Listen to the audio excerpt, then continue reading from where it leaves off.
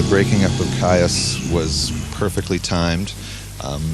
Everybody was it was just the right time to do it before it got bad, before people got on each other's nerves, before the music got compromised.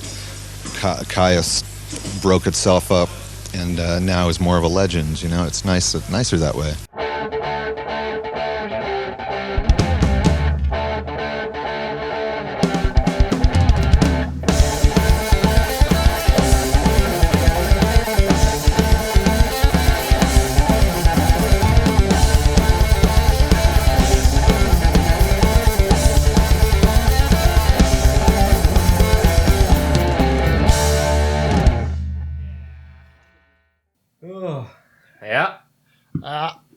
Yeah, speaking of Danzig, he's coming to Cleveland. I sent you that, right? Rather kill myself and go to Cleveland. Who was it all? Behemoth? Oh, yeah. Midnight? Behemoth and Midnight. And then, who was the other one? And then Danzig. They were all good. Oh, Twin Temple. I mean... So I think we should try to go to that if we can. Most of them could fucking headline a show themselves. Yeah. Yeah. Midnight missed, so I still need to see Midnight.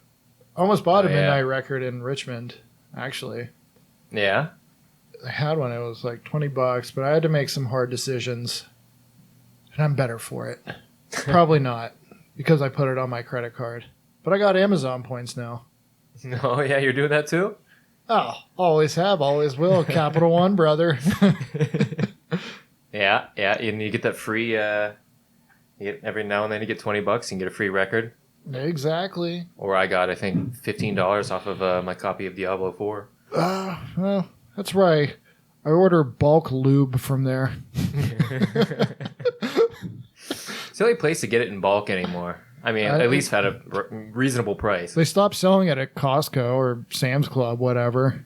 Fucking assholes. I hate them. Yeah. So they used to call me Slippy Cock. Good old Slippy Cack. All right, everybody. Welcome to the inaugural episode of All Abandon, a rock and metal podcast. And no, this isn't a geology podcast. It's a music podcast.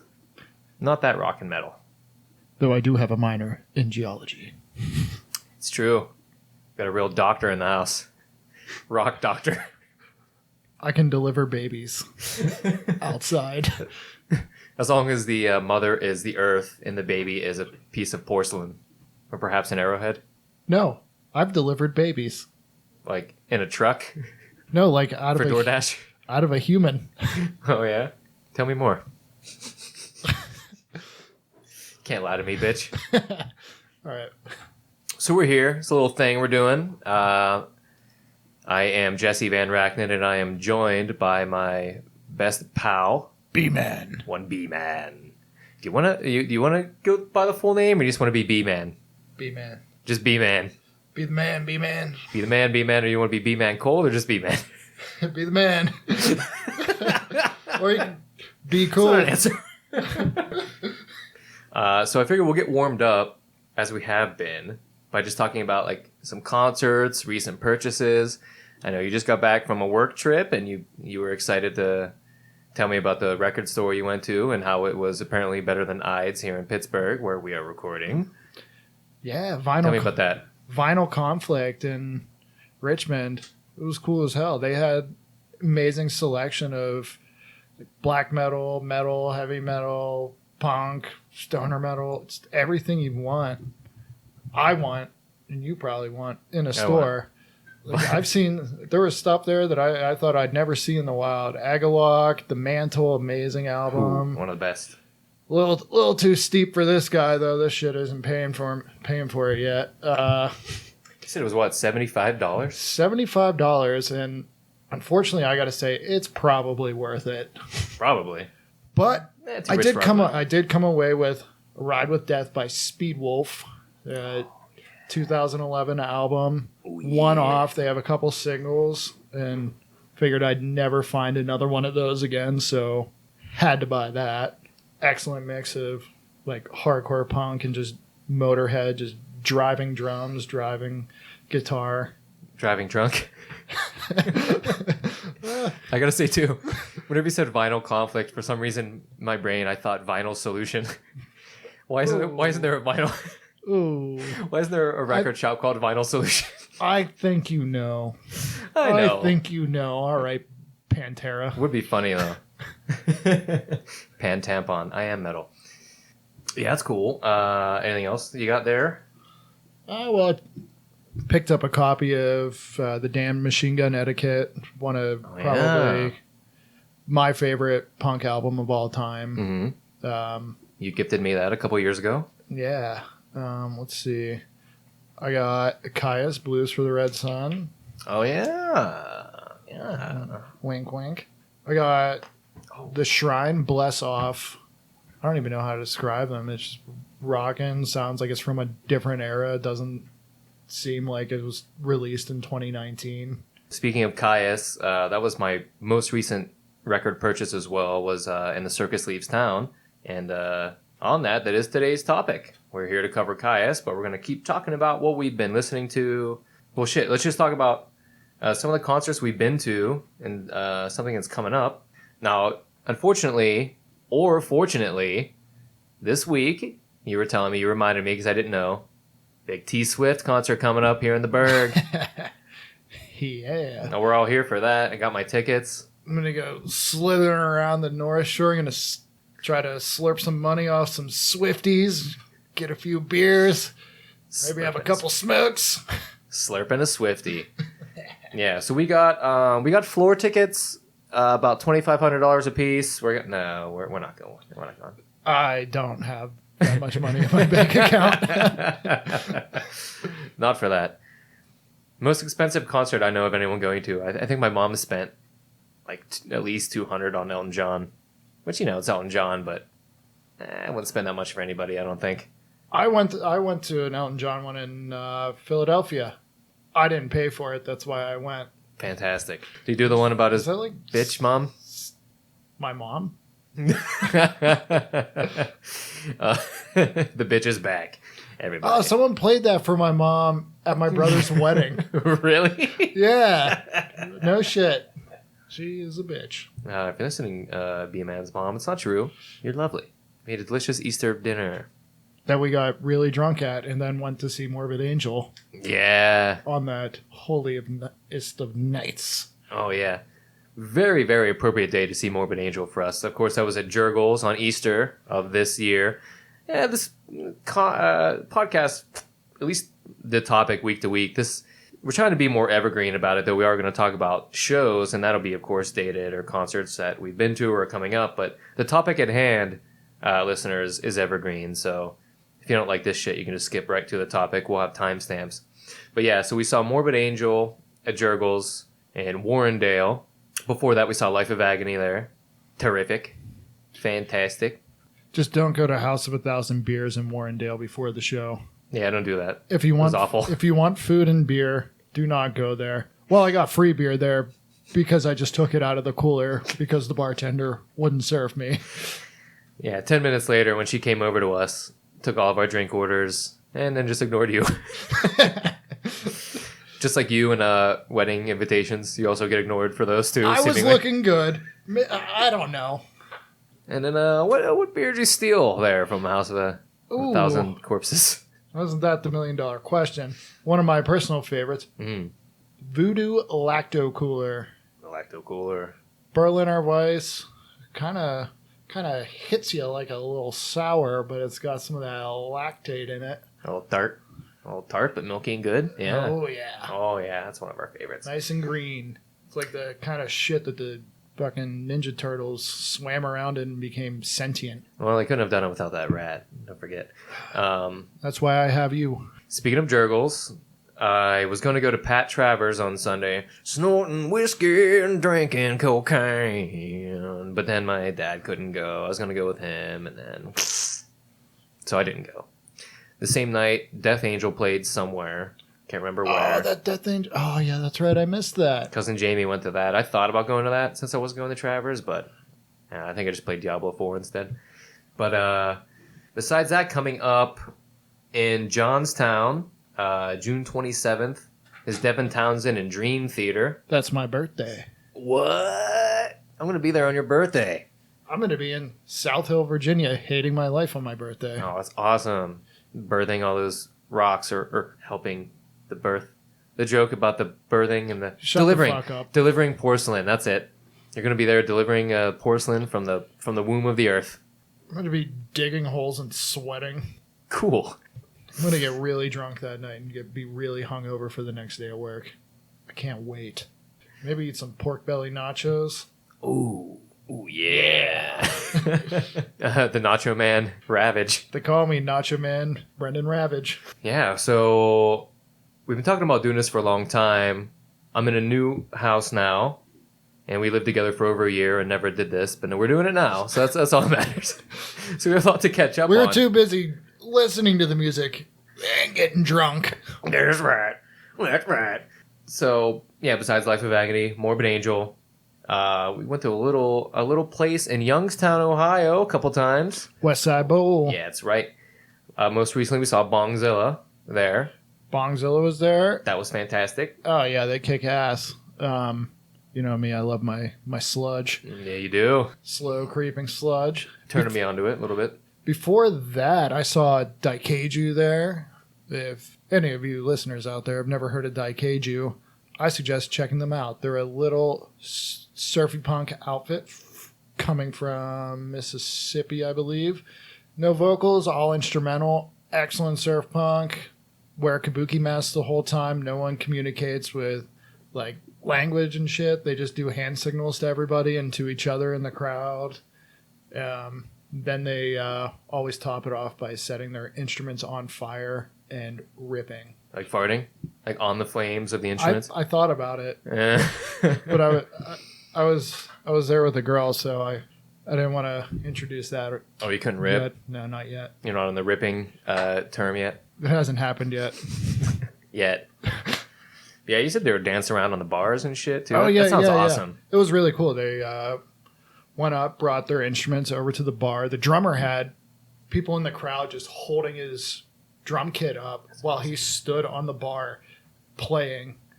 At another point, a couple of that took a breather, and they went into the back room and they just gave their instruments out to people in the crowd and had just random folks absolutely shredding. And it was super fucking cool. I've never seen anything like it. They didn't even play on the stage. They just put a big rug down on the floor, and that's where they played. That's And they were awesome. the headlining band. Like, That kind of audience interaction.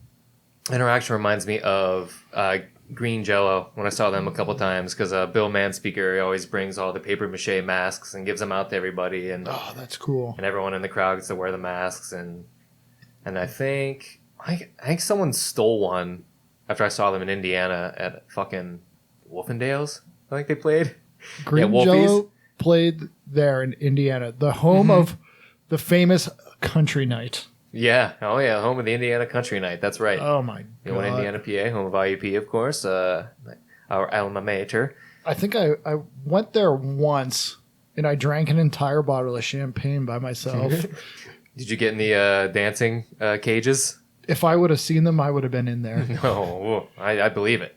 Don't I know it? Which is actually funny because before that, they played at some like older couples, like recreational venue thing, like in their backyard in like the middle of Blairsville. And that was like a year or two prior to them playing at Wolfie's in Indiana. It was very strange.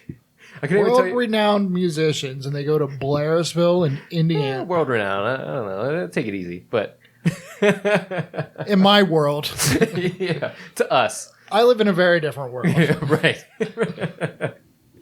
Yeah, it was very strange. I went with my girlfriend at the time, and towards the end of the set, everyone had the puppet masks on, the paper mache masks, and he had everyone pick up like the owner lady, like crowd surfy kind of style. Like everyone just picked her up, and then we just like paraded around the venue, like went in the back, like went out the side stage, walked around the venue, like went back in, just carrying her. It was Like a Congo line, but carrying a yeah, human. yeah.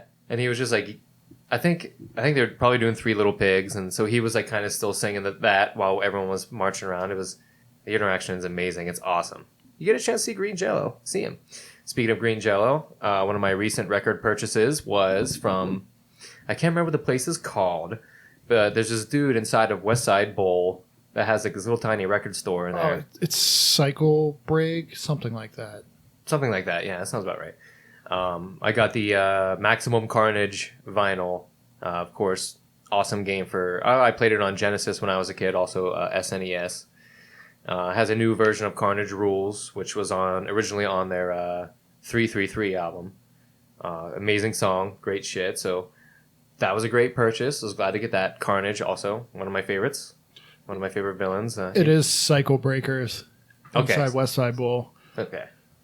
Yeah. Awesome spot. I got a first pressing of Dead Kennedys. Why did I just blank? I keep blanking too. It's because the mics are on. Kill the Poor. Yep. First pressing of Kill the Poor. Fucking awesome. UK pressing too. I think. Yeah, right? it was a UK pressing. Yeah, it's fucking sweet. I was gonna. That's where I saw the in the Circus Leaves Town Kyuss, but it was. I don't know. I like support, but it was like double the price of fucking Amazon. So I'm sorry, guys. I did it. I bought it off Amazon instead. Kill me. But normally I do support the record store, so don't get on me. If you want to yell at me for that, though, jollyjellymedia@gmail.com. Let me know how much of an asshole I am for not buying that from Broken Cycle, but instead buying it from Big Dog Amazon. You also said the wrong name. Cycle Breaker. Oh, Broken Cycle, Cycle Breaker. You know, tomato, potato. You can argue with me about potatoes and tomatoes. Potatoes and tomatoes. I got nothing. When we were there for Bongzilla, I finally found it. You know, there's another... Yeah, not to already be plugging like other much more popular music podcasts, but a little one called No Dogs in Space had a series on Patti Smith, and I got really into her for a while, especially Rock and Roll Winner, as we say. No, not especially that song. It's a joke. Calm down. But I found a vinyl of Wave there. Patti Smith's Wave. Frederic, you're the one, and... I know, you've been waiting for years. Every time I went to a record store, I looked for it. Mm-hmm. Finally found one. It's great. Love that album. It's probably my favorite one. Also at that show, another epic band that folks should check out, Wizard Rifle. Mm-hmm. Awesome two-piece band, just drummer and a guitar player, and they sound so full you wouldn't even friggin' know it. Yeah. One of those. I picked up their first album, Speak Loud, Say Nothing. Excellent. Check it out. I bought the CD. Yeah, they were really good. Apparently I don't think the drummer was an original guy, but I'm not totally sure. Oh, he is? Yeah. Oh, they both are. Yeah. Because like on the art for the CD, they look like totally, like the one guy just looks totally different. I don't know. That's because the drummer is going bald. Because he is getting older compared to that. Yeah, that makes sense, I guess. That was like 10 years ago. Oh, 10 years ago. Oh, boy. Hey, 10 years ago, I was probably 20 pounds lighter. I mean, I can't say anything either. I'm also going bald, so. Yeah, and you're much uglier. Oh, my God. Fuck.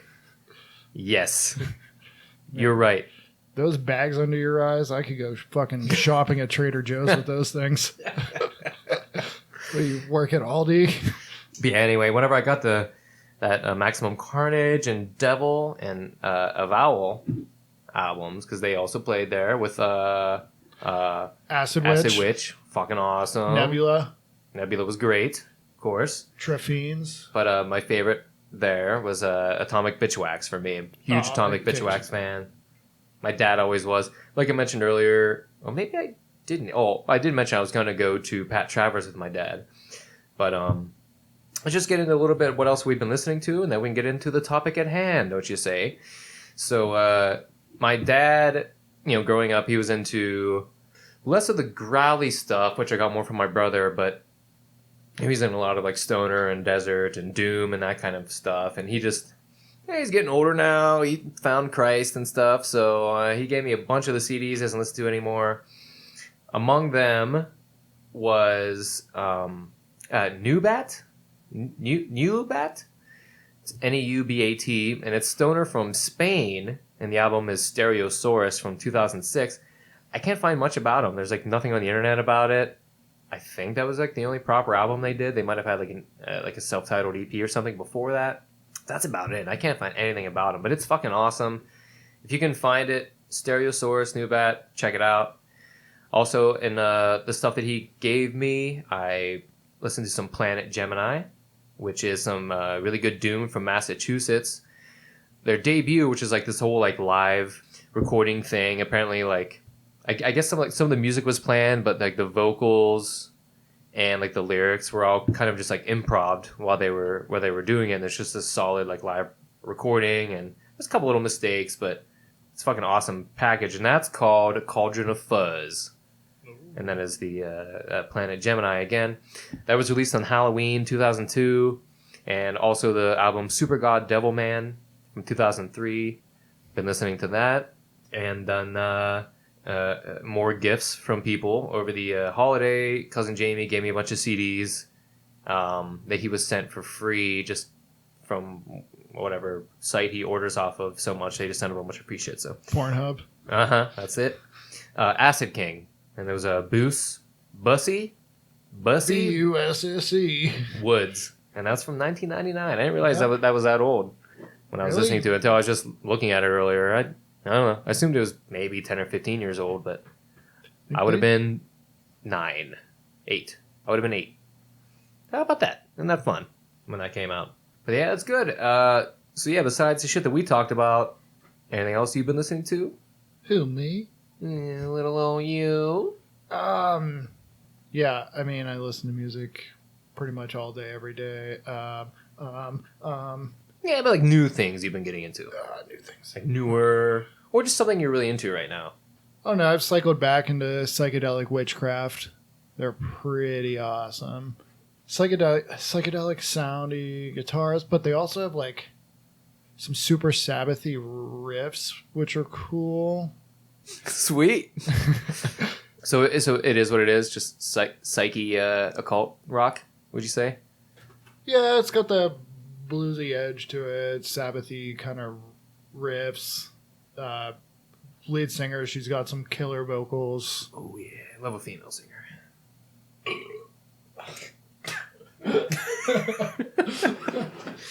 These irons are going down smooth. We will get a sponsorship from Iron City before we've been doing this for 3 months. I swear to you this. Yeah, the only other thing I can think of, really, that's newer is, of course, Phantomime, the new Ghost EP. But the Jesus He Knows Me Genesis cover, I love it. All right. We're getting gross. The power of edits. Ghost has kind of been wearing on me because all these covers, they need to give it a goddamn break with the covers. That's a Ghost tradition, though, going back to after Infestissimum, Yeah. when they came out with If You Have Ghost. Well, actually, even before Infestissimum, they covered on Opus Eponymous. I don't have the version with it, but they covered If Here You Have Comes the Ghost- Sun. Okay. That's like one, and then if you have Yeah, they just Ghost, did Rocky one. Erickson, that's cool. But then you're covering Metallica and Iron Maiden and shit. Like, Yeah. they already did it right. Yes. The nature of the covers, it's getting worse. Yeah. Like, this is the only one. Like, I've liked every one. Pope Star. Awesome. Mm-hmm. All the cover, like we already mentioned, If You Have Ghost. Crucified, good cover. Amazing. Yeah, that's on If You Have Ghost. Bible, Mm-hmm. good cover. They did Oh, well. wait. Isn't Bible? Wait, Crucified and Bible I think are both on Pope Star, or at least Bible is. Wasn't Bible on Meliora? No, but Pope Star is the covers EP that came out right after Meliora. Oh, okay, I got you. And it starts gotcha. off with Square Hammer, which is the only original song on there. Yeah, gotcha. And then and then it has like Depeche Mode and If My Ass Crapped Fire, that song. Yeah. And then I like, don't know, but covering Phantom of the Opera. so that's it. Like, I always loved whenever they covered stuff because it was so ghosty and it still sounded awesome and it was catchy and it would introduce me to, what they were covering, like Rocky Erickson, which changed my goddamn life between them doing it and, of course, prior to that, The Devil's Blood doing it, my favorite band, one of them. So that's why I always liked it. But Phantomime, again, excluding Jesus He Knows Me, all the covers are just kind of boring or like whatever. And then so then they do Phantom of the Opera by Iron Maiden, and musically it's like really Yeah. good. Like the band gets to shine, but it's just It's solid, but the vocals are just boring. You're not adding anything to it. You did it arguably kind of worse. Worse than Paul Di'Anno Yeah. did. Because there was even that Twitter thing where he came out and he tweeted that it sucked. Yeah, and then he said it fucking sucks. And then he just released another statement talking about, not released a statement, but was just bullshitting about it. Press release. Yeah. All the presses, the original lead singer of Iron Maiden hates this fucking song. Yeah. He was talking about it last week. He kind of said that was just his original knee-jerk reaction. He said the band did pretty much what we said. The band sounded great. The music was on point. But it was just boring. He just kind of does that thing where he's just talking the lyrics and stuff. And it's just like, it works for a lot of this stuff they do. And it seems like he's doing that more now. He used to do a lot more of the bombastic kind of like vocal things. Yeah, like, I know he was like heavily influenced by actual like opera music. Yeah. But he's not really doing that as much anymore. And it's... Yeah, I just don't think you cover Iron Maiden unless you have a voice that can fucking maybe carry. Not do it the same, but yeah, that can carry, that can match it. Or if you're Danny Filth and Cradle of Filth and you just I knew you were going to squeal bring it all. that up. Knew you were They gonna can do cover that. They can cover Iron Maiden because it's so Cradle of Filth that it's different enough. He's talking about Hallowed Be Thy Name for those that don't know. From the Cruelty and the Beast bonus album. What's up? One of my favorite covers. But yeah, so I mean, if you're going to do it, either make it so different that it's worth doing or just don't do it. Add something to it. Add to it. Build on it. Don't just do the same thing. Because especially if you're putting it out and on an album that people have to buy, I'm not buying an album of covers. Someone else already did it. The original, and it's usually better. I'm not fucking buying that. Do it live. Fuck it, we'll do it live. I buy albums of covers. Again, you know, the first two Ghost ones are awesome. That's all I'm saying. They didn't do one after Pre-Cal, did they? No, they didn't. No, they didn't. That's weird. They broke with that tradition there okay. Now, again, the first two are awesome, but the newest one, well, whatever. I guess there's a difference. I don't want it on your main album, though. Mm-hmm. Like the actual release of your main album. Like, I'm paying, how much money are you shelling out for it? Like, I mean, if you're buying a record and $25, you're buying a CD, it's a little cheaper, whatever. But still, I'm paying for your music. Give me something original. I don't want what someone else did and you just fucking replicated it. I'm getting hot. Again, unless it's so unique that it's worth doing, but that was the thing about Popestar, at least, that it had Square Hammer on it, which is fucking awesome. Everyone loved that song. Great It's a great song. song. So at least it has that on it with the other stuff. But, yeah, whatever. All right, enough bitching about Ghost. You want to get into the topic at hand here? Yes. All right, so without further ado, let's Yeah. start talking Kyuss. So, Kyuss was formed in Palm Desert, California as Katzenjammer in 1987 by guitarist Josh Homme, vocalist John Garcia, drummer Brant Bjork, and eventual bassist Nick Oliveri, though Nick initially played rhythm guitar with Chris Cockrell on bass at the time. Kyuss's original incarnation was known as Katzenjammer, as I said, which is German for hangover. And then they were Sons of Kyuss, which I guess Kyuss was something from Dungeons and Dragons, like some kind of undead monster. Brant came up with it. And they would eventually shorten Sons of Kyuss to just Kyuss. So Josh Homme describes their sound as a bass-heavy type of sound, using bass amps for the guitar, and with a philosophy of capturing raw, in-the-moment energy and not second-guessing or overthinking things, musically or lyrically. Brant Bjork in an interview once described Kyuss' sound, saying, "I think punk rock is exactly what describes our music, though, I mean, I think we're a bunch of punks playing rock music. I mean, we're not hardcore by any sense, but we're not punker music. But I think we're four punks playing rock, basically, is what it is."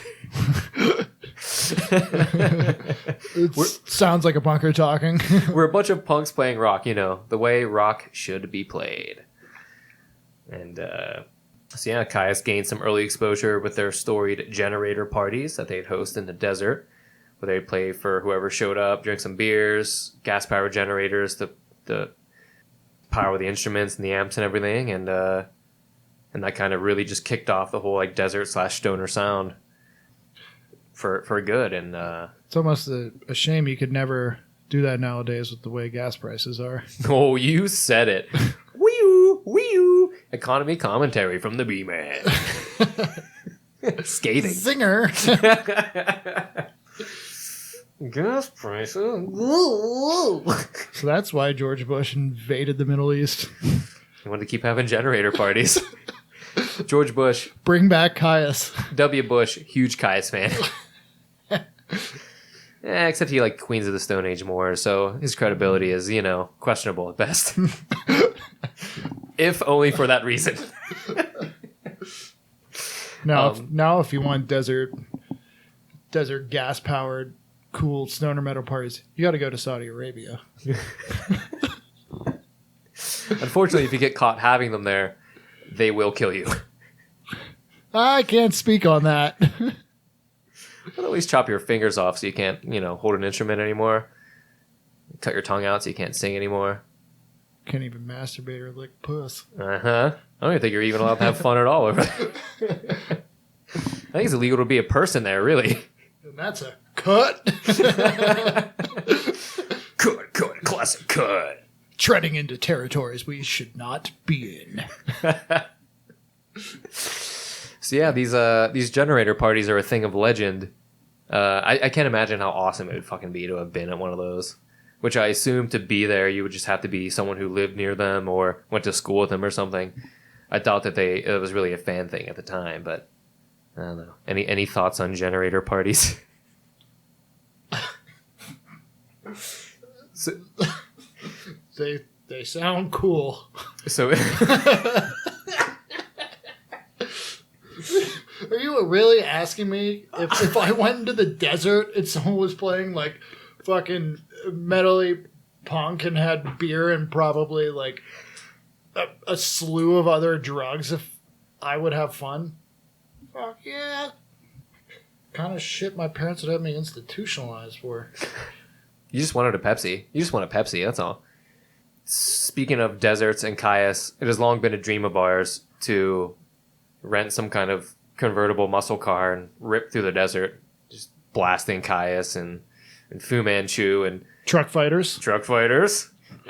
Probably some Dozer will make it in there. Dozer. Truck fighters, of course, are perhaps out of all the bands we've mentioned, the most adept and familiar with the desert climate, being from Sweden and all. Hey, you can have cold deserts. You have cool deserts, like snow deserts in Sweden? I don't know. I've never been there. It could be a desert for all I know. Fuck, I know. But you can have snow deserts. It's the same goddamn thing. Yes, you can. Yeah, Yeah. it's just the rainfall amounts and stuff. Yeah. Inches and things. Except they don't use inches there. It's all those goddamn communist millimeters and stuff. Goddamn communist millimeters. So I pretty much only work in metric, so. well, you're a socialist scum. Whoa. Better red than dead, you always say. That's your motto. Those are fighting words. So, in the context of this early desert generator party scene, Hami describes. What was it? Do you think there was a lot of Blank generator sex? Probably. Dude, generator sex in the desert listening to Kyuss was probably wild. Woo! That's the probably- best I- you can find. I probably would have let a dude put his thumb in my bung. Thumb the bun. So, at these legendary generator parties in the desert, in the context of that, Hami describes the pressure in the early desert scene to sound unique, with no The desert song scene. covers. Yeah, the desert See? scene. No song covers. Yeah. Told you. Topical. Of course, they will cover a song, and we will talk about that later when we get to that album. It's just one, though, and it's really good. Kind of unique, but we'll get there when we get there. So anyway, no song covers, no trying to sound like anyone else. And of course, they would eschew that mentality on and Circus Leaves Town later. Before we jump into the albums here, take them one by one. Just overall, I want to say, and I'll send this to you after I say my little piece here. Just from a top-down overview, what Kyuss means to me or us. And again, they've always been there since I was young. Dad listening to them, the cousins, the renowned Van Horn 4th of July and like Memorial Day keggers that my dad would throw. You know, always hearing Kyuss, always hearing Life of Agony my whole life. And of course, when I was younger, I was more into the growly stuff. And it wasn't until like later in my teens that I really started to digest Kyuss and get into, you know, more stoner stuff, more doom stuff, and really find an appreciation for it. And being a lifelong fan of rock and metal as I am, Kyuss's influence really can't be understated, especially just helping to spawn an entire genre of music that we very, very much to this day still love. And I just think they're very important, and I think they're very great, and I love it. I fucking love it. Oh, fuck yeah, dude. For me, I got into starting out in life. I fucking love punk rocker, skateboarder dude for, God, I don't even know how fucking long. Then I started getting into stoner metal, doom metal, and that's when the whole world lost their hearing. Especially the neighbors at our last place. I'd like to think that I exposed to them few things. But anyways. A couple things. One thing that may or may not be between your legs. I was merely a person of interest. For me, like, my favorite time to listen to Kyuss and where it really drives home for me is driving. It is amazing driving music. I drive all the time for work, you know, like anywhere up to like 8 hours in a single day driving across the country. And just, I put on Kyuss, and then I look down, and all of a sudden I'm going 95 miles per hour down the highway. And I'm like, oh shit, but Kyuss is on, so I can't stop. Hear that purring motor. Uh-huh. It's burning fuel. Yeah, I know. That's a very common problem. It's hard to drive the speed limit when you're listening to this particularly this kind of music. And driving fucking stoner metal. Yeah. Like, it's like the deserty stoner metal that just pushes me beyond the speed limit into reckless driving charges territory. Now, if I got the kind of fuzzy, sludgy stoner metal going, I find myself on cruise control, hereabouts the speed limit. Right. Yeah. Taking it easy. Nice even keel. Just thinking about smoking weed. And yeah. Take it easy. Take it easy. There's something about Kyuss that even when you're driving a Hyundai Elantra or a company truck or a company, what is it? Toyota? Yeah, it's my taco. A taco. It feels like you're just wearing aviators, your hair's down, you're in a convertible, wind blowing, hot desert air. I know. I really need to buy like ripping donuts. Like for pants, I need to start buying army fatigues. Wearing John like, would approve. Yeah, wearing black wife beaters and like. All right, well, I'm not doing meth. We're not there yet. All right, so let's jump into it. Their first album, Kyuss' debut album, of course, Wretch, released September 23rd, 1991, almost a month before I was born unto this earth, much like a piece of porcelain from my mother's womb that is the ground. Why is this a joke now? What do you think I do? Think of porcelain. You were talking about it. I didn't say shit about porcelain. And if it's too much porcelain, you don't have to do a report on it because it's just too porcelainy. You don't listen to me when I talk. I was busy earlier. I was half listening. Yeah, you were fucking looking up porno. Yeah, I do that sometimes. So we'll just take it kind of track by track here. Well, not everyone, but gonna talk about the ones I like the most. The beginning of What's About to Happen. Great way to start an album. A little instrumental. Love an album that starts with a little instrumental just to get you warmed up. You know, get your cock wet a little bit. Speaking of getting your cock wet, my favorite song is "Son of a Bitch." Love You that have song. long legs, long hair, big tits. Yeah. You got a big arse. Uh-huh. But it'll never last. Parts will never last. It'll never last. Don't you forget about that female listeners out there, of which there are none. Remember, men, stay shallow. Yeah, anyway, Highway 74, great. Right into Love Has Passed Me By. Amazing. Love that song. So you mentioned Son of a Bitch, also one of my favorites. Black Widow, great. Katzenjammer, which I said is German for hangover. And whenever I buy is a in- cat, that is going to be his name.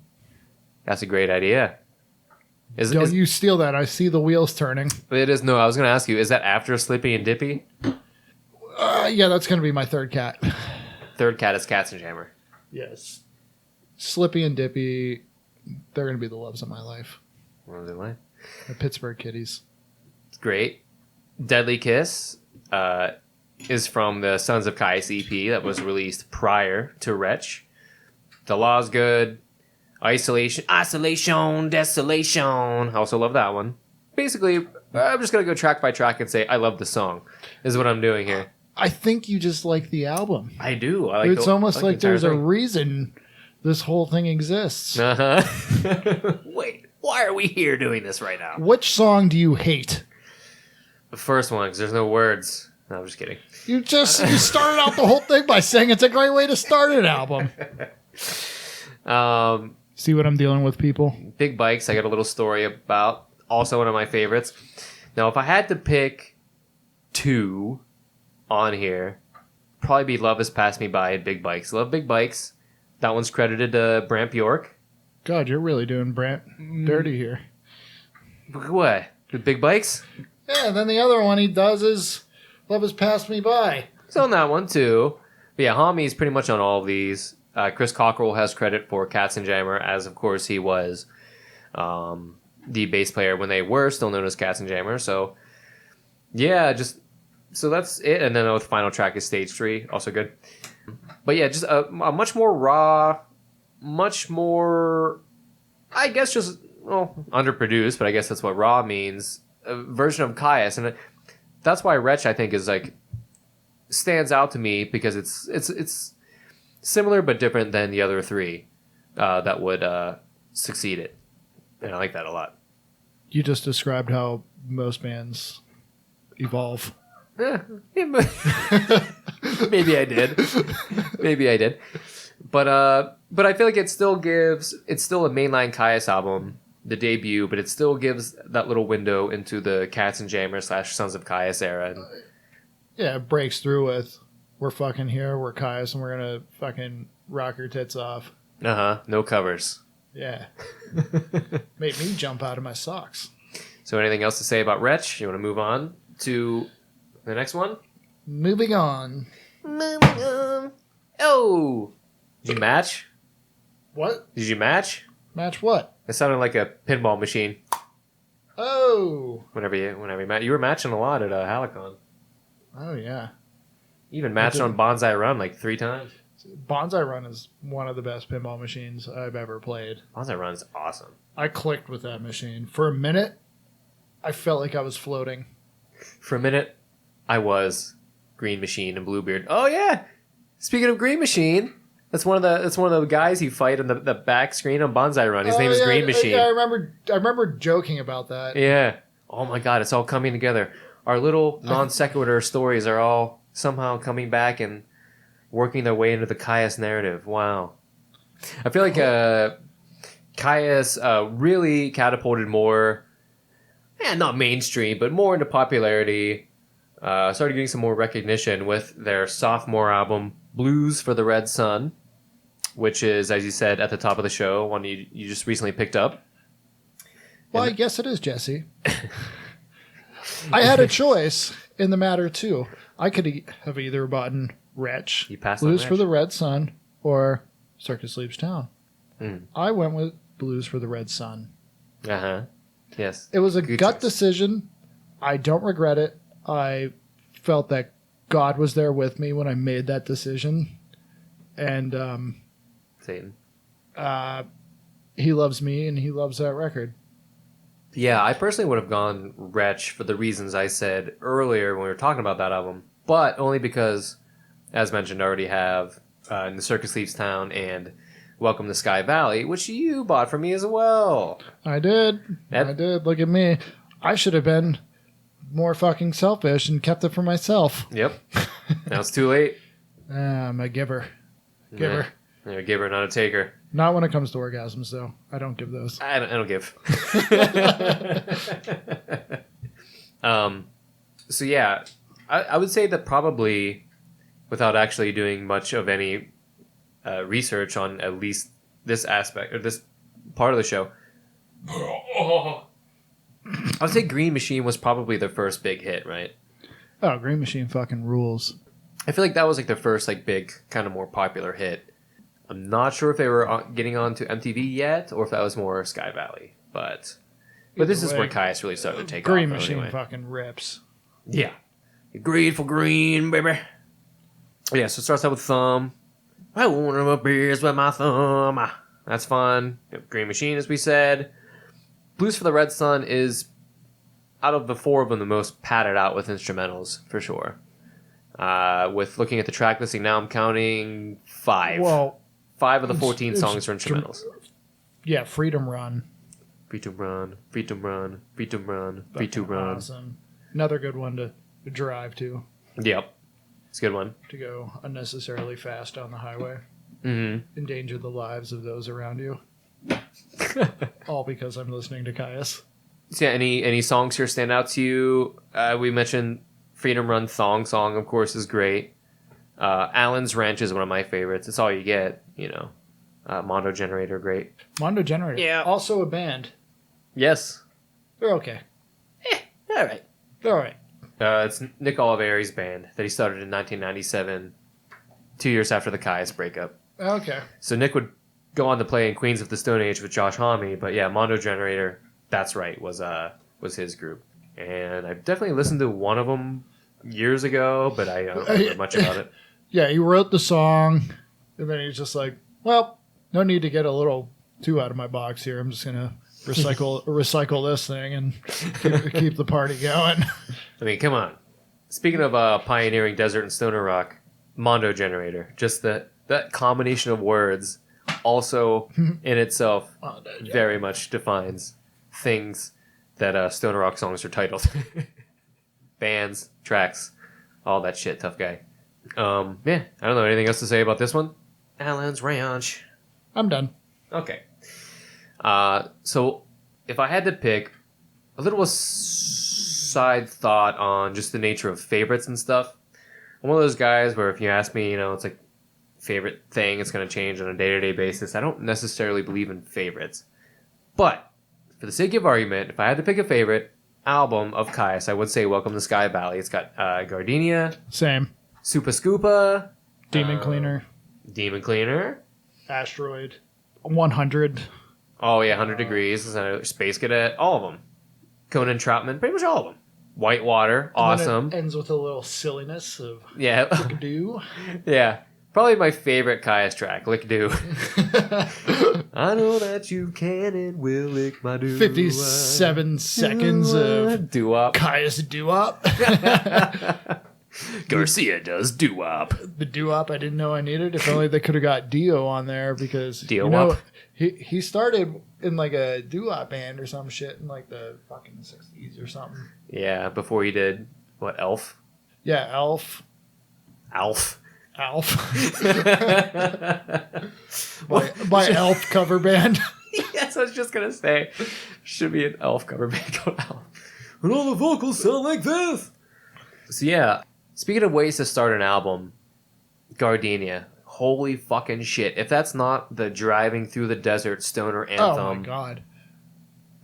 like just harnessed into one track. I mean, that's it. Now, talking about that song, and I hope and highly don't think that my bosses are listening to this.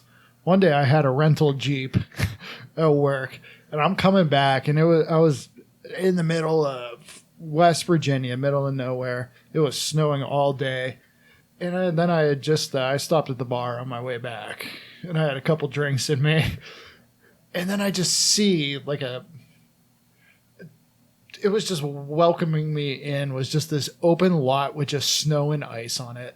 And so I turned on Gardenia. I threw this Jeep Wrangler in sport mode, and I had a 6-pack of Pabst Pounders sitting next to me. I was drinking them, and I was doing donuts in the parking lot, blasting Gardenia. The Swedish desert. A snowy parking lot. Oh my god, that's amazing. I'm so jealous of that. It was a really, really good day. Please drink responsibly. Hardly. If you're going to do it, just... I was wearing do it in a seatbelt. snowy parking lot. Oh, that's... Okay, yeah, that's fine then. That's all right. I breathalyzed myself before it. I was 0.079, so we're good. Oh, fantastic. Like you're saying, it combines everything. Not just, like, desert and like, stony things, like... weed, What are you getting at? but also cars. It's a credited to Brant Bjork, apparently a lover of cars and driving them in deserts. But aren't we all? But I can't think of another such a good ode to just vehicles as this song. Okay, well, hold on right there, buddy. I'm gonna give you pump the brakes. Did you forget about the existence of Fu Manchu? No, not at all.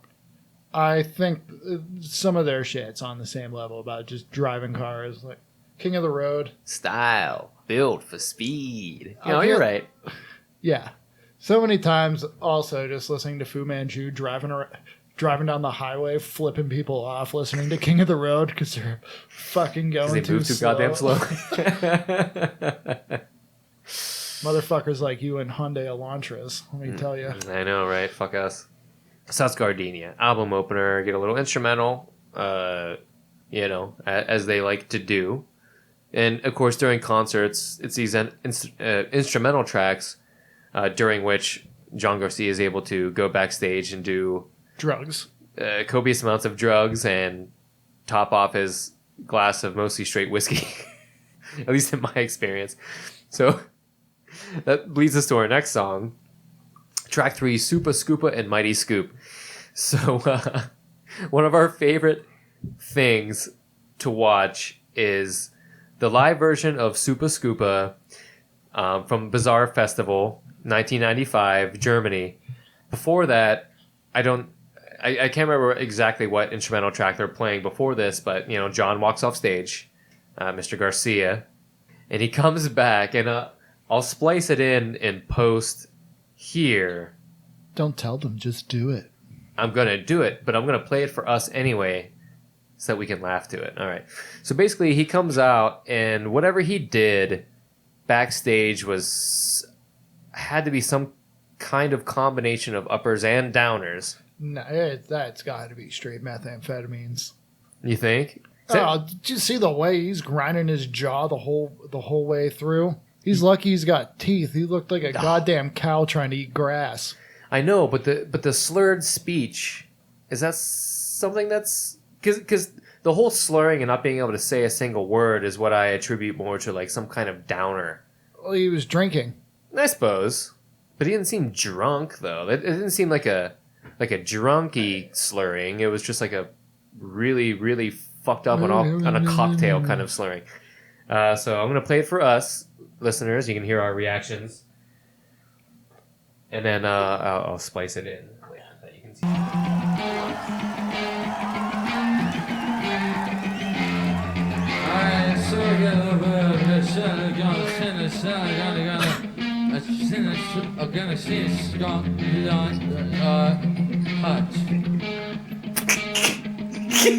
Look at his jaw going.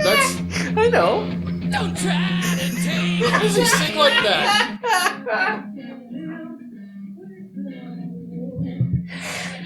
I wish I could do this many drugs and then go up on stage at like a karaoke night. Like, I go to a karaoke night sober and I sound like a fucking idiot. I'm gonna sing a song. I'm gonna sing a song. Maybe if I start doing methamphetamine, I can like fucking make a band. I don't know.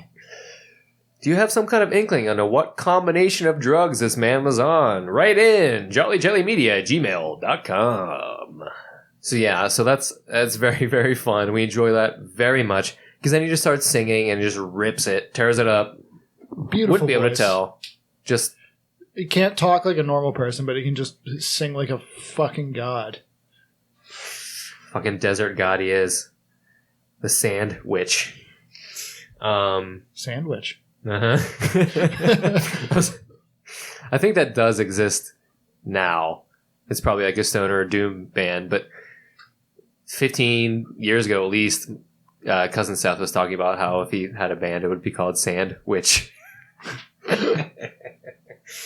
Stoner kind of band. Sandwich would it be? Like like a Satan-y kind, Oh, not like but like in the desert.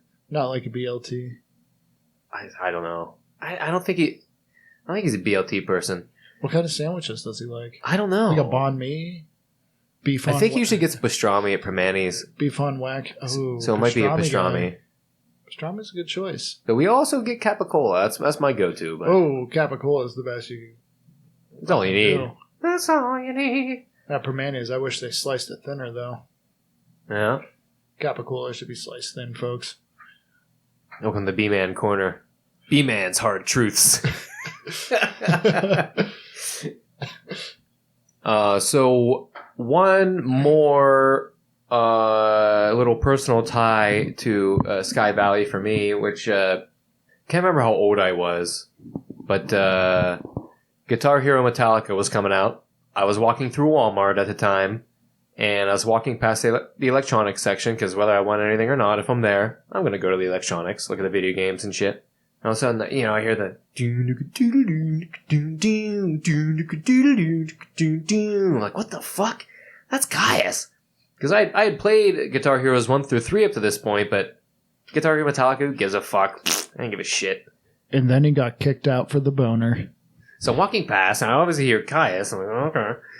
So I stop and check it out, and I tried playing like the demo kiosk they had set up, but for some reason I couldn't play at that time or something. But I miss when places had the demo kiosks. Dude, I like, know. Like N64, Dreamcast, all that shit. It was awesome. It was like my parents could go fuck off and do whatever they wanted in the store, buy condoms so I don't have another brother, whatever. And then I just got to play Dreamcast for like 4 minutes at a time. Rolling around at the speed of sound. Sonic Adventure. Yeah. Got places to go, gotta follow my rainbow. I kind of unironically like that song. It's nostalgic for me. I used to love Sonic Adventure. Though for the record, this isn't a video game podcast, but I think Sonic fans nowadays are kind of just like video game hipsters. It's like, nobody don't really likes Sonic. You're just saying you like Sonic because nobody likes Sonic. Jesse's hot takes that no one cares about. Boom, boom, boom. Hard truth. I think we need a Yeah. soundboard. Dude, if we keep doing this, I'm gonna get one. I want laser beam sounds after I make a point. Oh shit! Oh man, my slide whistle's upstairs. Oh, we could use that. I gotta go grab that so we can incorporate Or- that by the end. The next break we take, I'll go grab it. Or when I make like a being like an asshole, like looming behind you, like the Darth Vader breathing sound.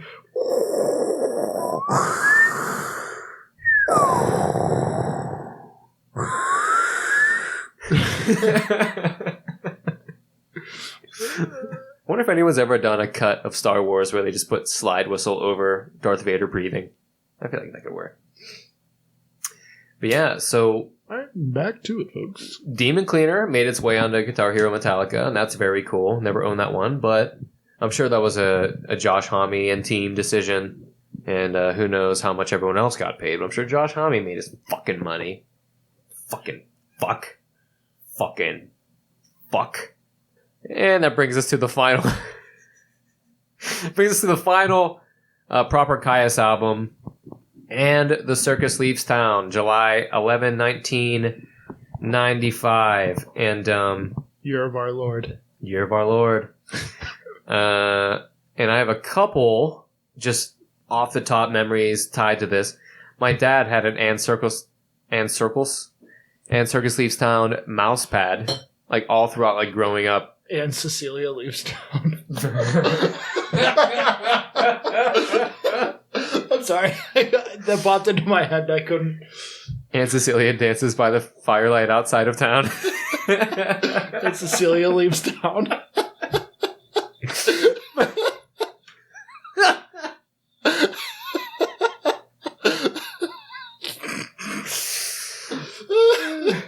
That's a good one. That was good. We're going to have to bookmark that for a joke later for Matt.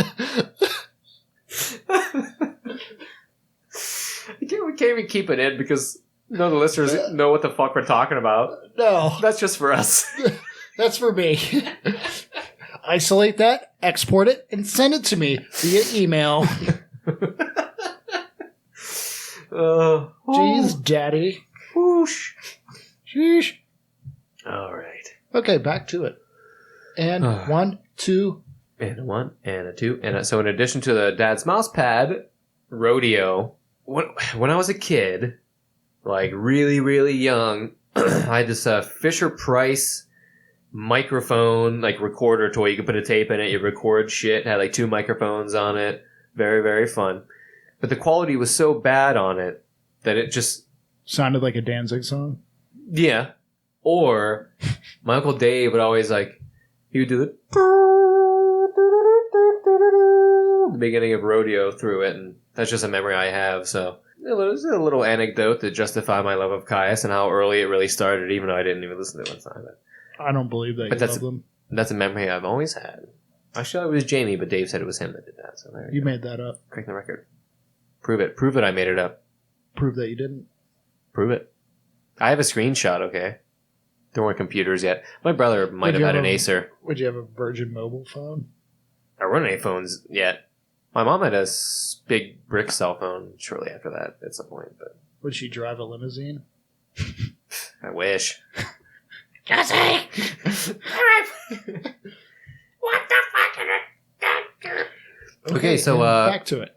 by the time this final mainline album was released, Kyuss was fairly popular with videos featured on MTV.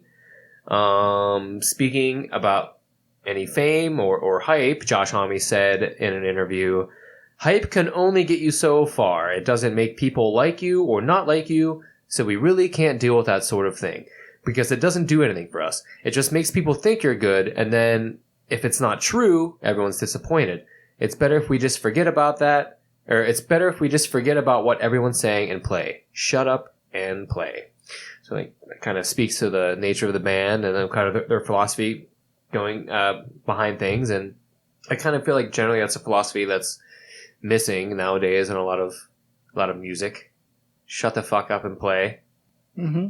You know, whenever an Opeth does banter between songs, it's funny because Michael Eckfeld's kind of doing like a little stand-up routine. It's fun. They're tuning. They're getting ready. It's fun. And then he plays. You're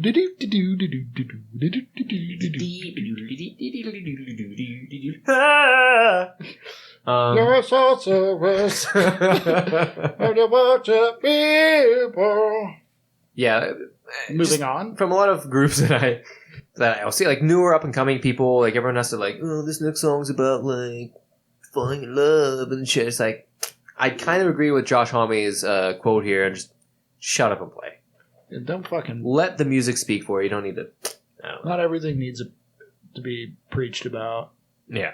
I mean, I get it. There's some stuff where you want to talk about some things. It's your forum to maybe spread some ideas and whatnot, and that's cool. But sometimes it's I've been to concerts where they don't shut the fuck up, and it's like I'm here to listen to the tunes. I know. It's annoying. Yeah.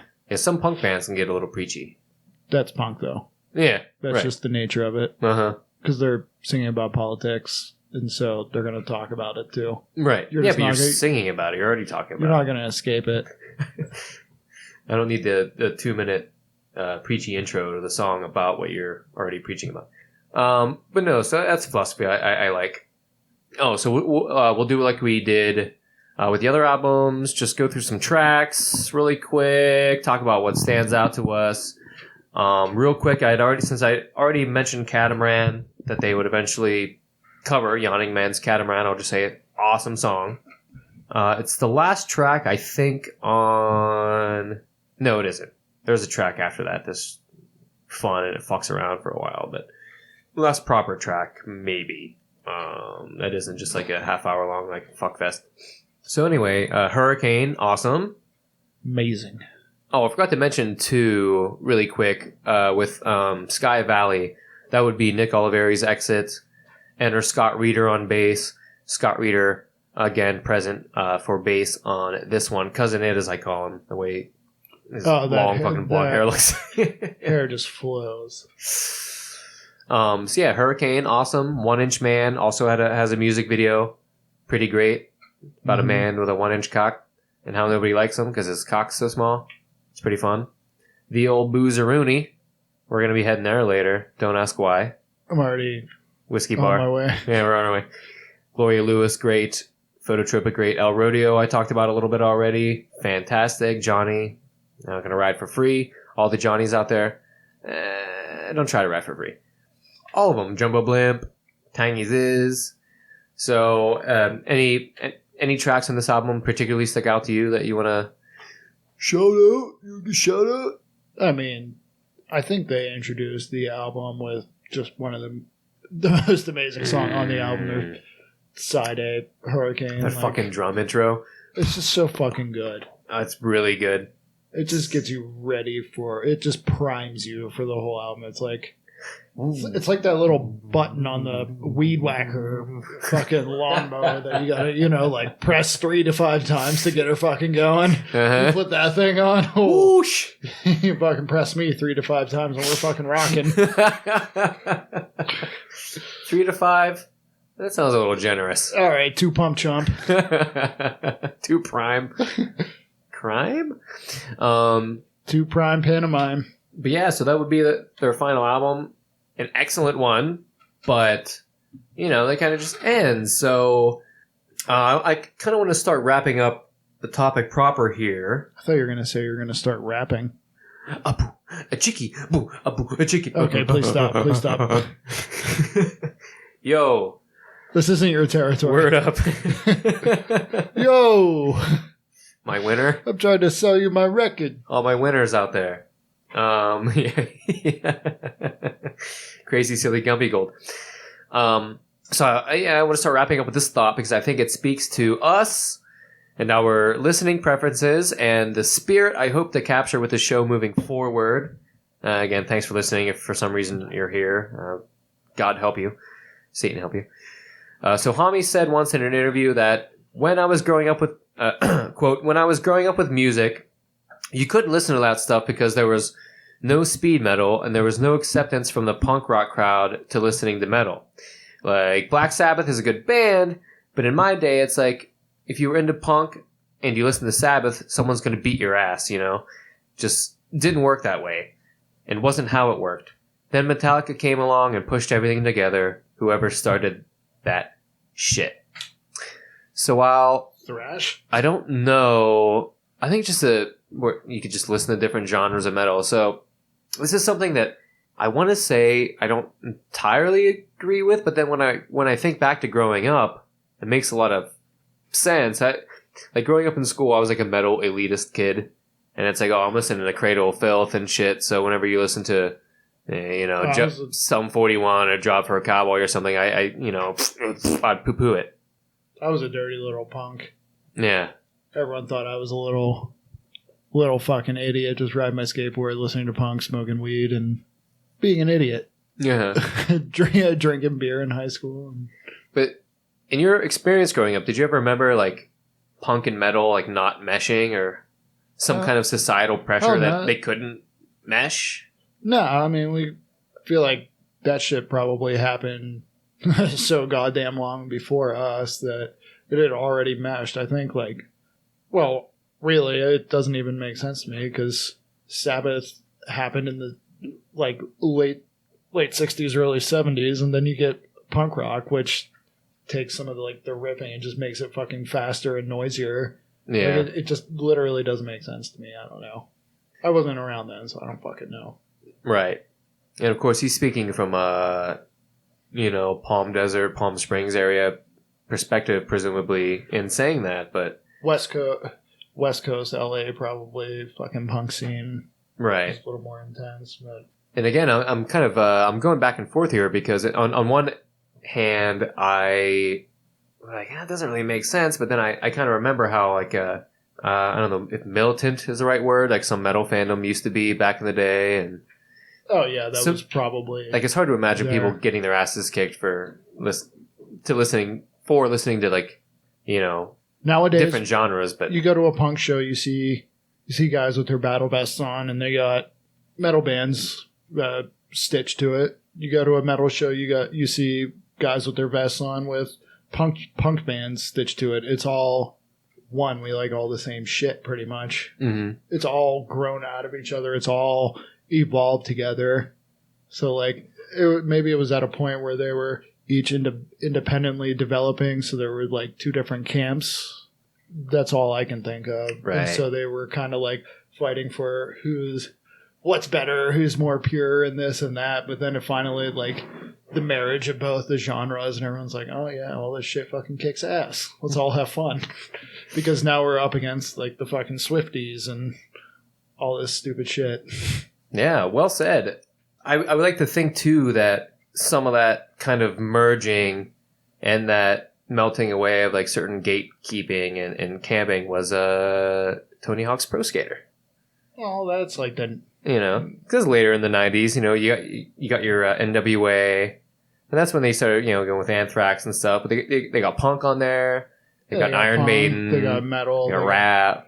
They got it all on there, but that's a little late, I think, for this conversation.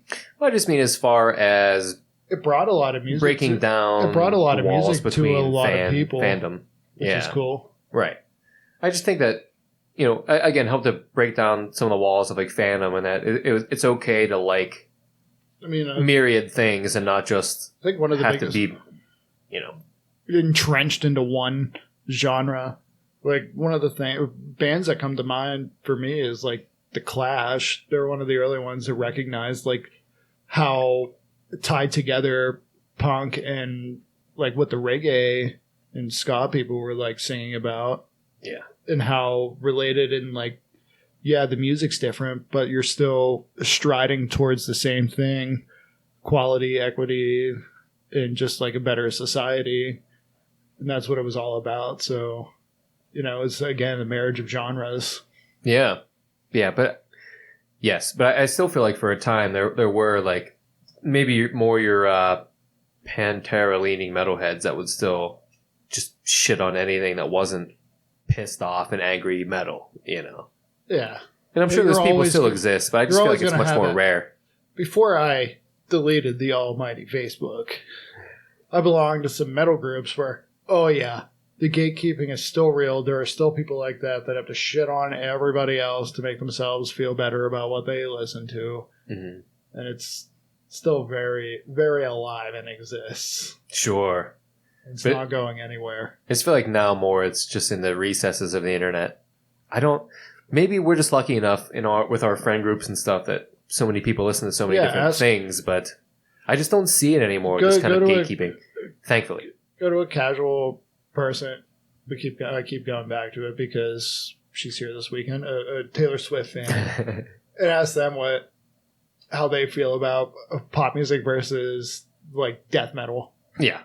And you're going to get a similar kind of response, honestly. I almost feel it's kind of different, though, because extreme music, I guess you're right. That's not a fair comparison. Yeah, I don't know. But just my music's the most extreme, and yours isn't as extreme, and I don't know, whatever. I feel we can wrap up. Unless you have any more thoughts on that. It's dumb. People have opinions. Your opinion isn't right. Fuck you. Fuck you. Shut the fuck up. Let people listen to what they want to listen to. If people heard what we listen to half the time when we're drinking, it would probably discredit this entire show, but I don't care. Oh, hell yeah. 15 beers deep, throw on some heart. Let's party. Oh, God. Donna Summer. Oh, my God. Madonna. You're going to be pissed at me, but in Fredericksburg, I actually saw a hot stuff record. What? It was pretty expensive, so I didn't buy it. I didn't. Yeah. I wanted to so bad, and I saw it and was like, oh, shit. I need this, but it's a little out of my budget right now.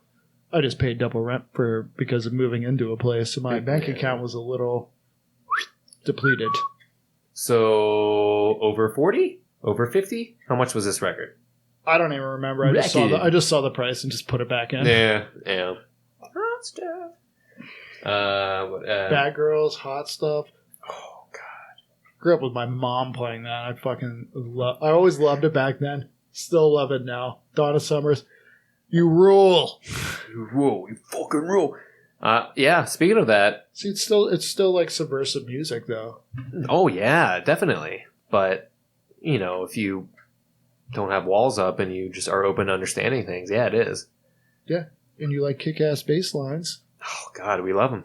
We love a good bass line. Speaking of Donna Summer, that HBO doc just came out, so maybe we'll watch that later and not remember any of it. Sounds good. We got to get caught up on Beavis and Butthead first, though. And some Tim Robinson, and pizza, and more beer. Oh, God, pizza. Can't wait for pizza. Why are we still talking about this? And I haven't even wrapped up the topic yet. This is probably a cut. We'll get it done. What was the other one I was going to say? Oh, the Four Seasons. It's September 16th. Frankie Valli. Frankie Valli. That's a good one. We love that one. Bonnie Tyler. Oh, Bonnie. Yeah, so that's why, kind of in a way, I was hesitant to call this just a metal podcast, because we're going to talk about that kind of shit a lot, too. I don't know that we'll ever cover it as an episode topic, but it's going to come up a lot. So, bear in mind, listener, this is an open-minded music kind of podcast, and we'll try to stay focused, but we're gonna end up talking about Elton John and Donna Summer, and not Elton John so much. Just because we talked about him earlier. We have literally never gotten drunk and played Elton John. No, once. never. It has never happened. But he did come up earlier, though. That's my point. Now, Boy George. But just because of ticket prices. Boy George, yep. Tell me if he's touring. Yeah, I will. I don't know. He got in some trouble for chaining that guy up, apparently, and some sex worker dude, and he chained him up, and he was accusing him of stuff and hitting him. Did you hear about this? But if we're going to mention that, yeah, you did tell me about that. Yeah. Huh. So anyway, I guess we're going to talk about that little non sequitur. I should mention at some point. Well, hey, I'll just work it into this little final thought here. So after Kyuss, the band members would go in their different directions. Nick Oliveri would rejoin John and Brant for the Kyuss Live tour, and which I saw at the Palace Theater in Greensburg, and that was on December 5th, 2011. Fucking amazing show. They had Bruno Faveri on guitar. But as I was saying, if we're going to talk controversy real quick, I should mention Nick Oliveri during the time of this Kyuss Lives tour. I haven't refreshed myself on it. I didn't do my due diligence and do the research because it's not really worth dwelling on. But I probably should mention he was in kind of some police trouble, some legal trouble for some domestic abuse charges and stuff at that time, and something with with an assault weapon, and maybe threatening his wife and the cops with it or something like that. But I didn't want to dwell on that too much, though again it's worth mentioning. But we're here to celebrate the music we love, to talk about the bands, give you a little bit of information, but try to focus more on kind of what it means to us and our anecdotes and our ties to stuff. So that's all I'll say about Nick Oliveri's trouble. I don't know if at this point in the year of our Lord 2023 that has been, if there was ever a settlement or anything on that, but whatever. So there you go. I mentioned it. Don't write in. But that Kyuss Lives show that I saw was fucking awesome, and they mostly played circus songs, not beep beep beep beep beep, but and the Circus Leaves Town songs. I remember I used to be somewhat of an obnoxious concert goer, especially in my younger years. And I was yelling out big bikes a lot. I really wanted to hear big bikes. They did not do that. So John and Brant would eventually be sued by Hami and his legal team or whatever, whoever's decision that was, for Kyuss Live's use of the name Kyuss. And that sucked. Okay. Yeah, so that sucked. Hami would continue on with Them Crooked Vultures and Queens of the Stone Age. Brant Bjork's work would continue with the band Che. They did Blue Demon. I'm not sure if they had any other albums. He probably had at least another one. And then he also had some solo albums. Brant Bjork, Black Power Flower. And then he helped Castro take over Cuba. Yeah, something like that. Yep, Che, yep. John Garcia, who... I mean, Brant does a lot of good things, but I'm still a huge John Garcia fan. Post Kyuss, he would do Hermano, Slow Burn, which we love. Unita, which we love. Songs of the Urban Coyote, or something about the Urban Coyote. Great album. And then eventually, more recently, he would go on with his own solo albums. And most recently, John Garcia and the Band of Gold. Very good stuff. A little note on that. Old cousin Matthew, our buddy Matt, he might appear on the show at some point or another. Back when he was living out in Palm Springs, he was walking through town one night and just saw on the little marquee or whatever for outside of this pub, and John Garcia was playing. And so he went in, he got to see John Garcia do his solo acoustic set kind of stuff live, and he bought me a shirt. And that's terrific. That's fantastic. So thank you, Matt, for that. Okay, so in closing, I'll read a couple quotes from a Kerrang interview that John Garcia did back in 2018. John said, quote, "I feel like the best thing that ever happened to me was Kyuss breaking up. I mean that, truthfully. I found out really quickly who I was and who my friends were. It was a big blow to my ego, but very good for me to have a massive slice of humble pie shoved down my throat by the big man upstairs. You think you're cool? Swallow this. There's nothing worse than false modesty or humbleness, but it is good to be pounded down to the ground to the point where you have to get up and acknowledge that you want to be a better person. It's happened to me a lot. It's my path. I'm totally okay with it. From the time I was 17 to being 48 now, singing all those years, I can say that I appreciate music, I appreciate life, and I appreciate all the musicians I have gotten to play with. I'm very, very lucky." Regarding the breakup of Kyuss and the moment it happened, John said in that interview, "I don't think about it too much anymore. I'm consumed by things other than regret these days. One of the QOTSA songs is about how the breakup of Kyuss was merely Josh and I sitting down together at a bar in the Palm Desert, the Red Barn, where Josh looked at me and said, 'I think we should break up the band.' And I just said, 'Okay.' It was over in about 5 seconds, just like that. It's not that I've never told anyone what happened, it's that nothing really did happen. It wasn't this big old fight. It was as simple as two friends sitting together at a band, I believe it means at a bar, agreeing to break up the band and saying, 'No worries.' After that, reality sunk in and I learned the lessons I spoke about earlier.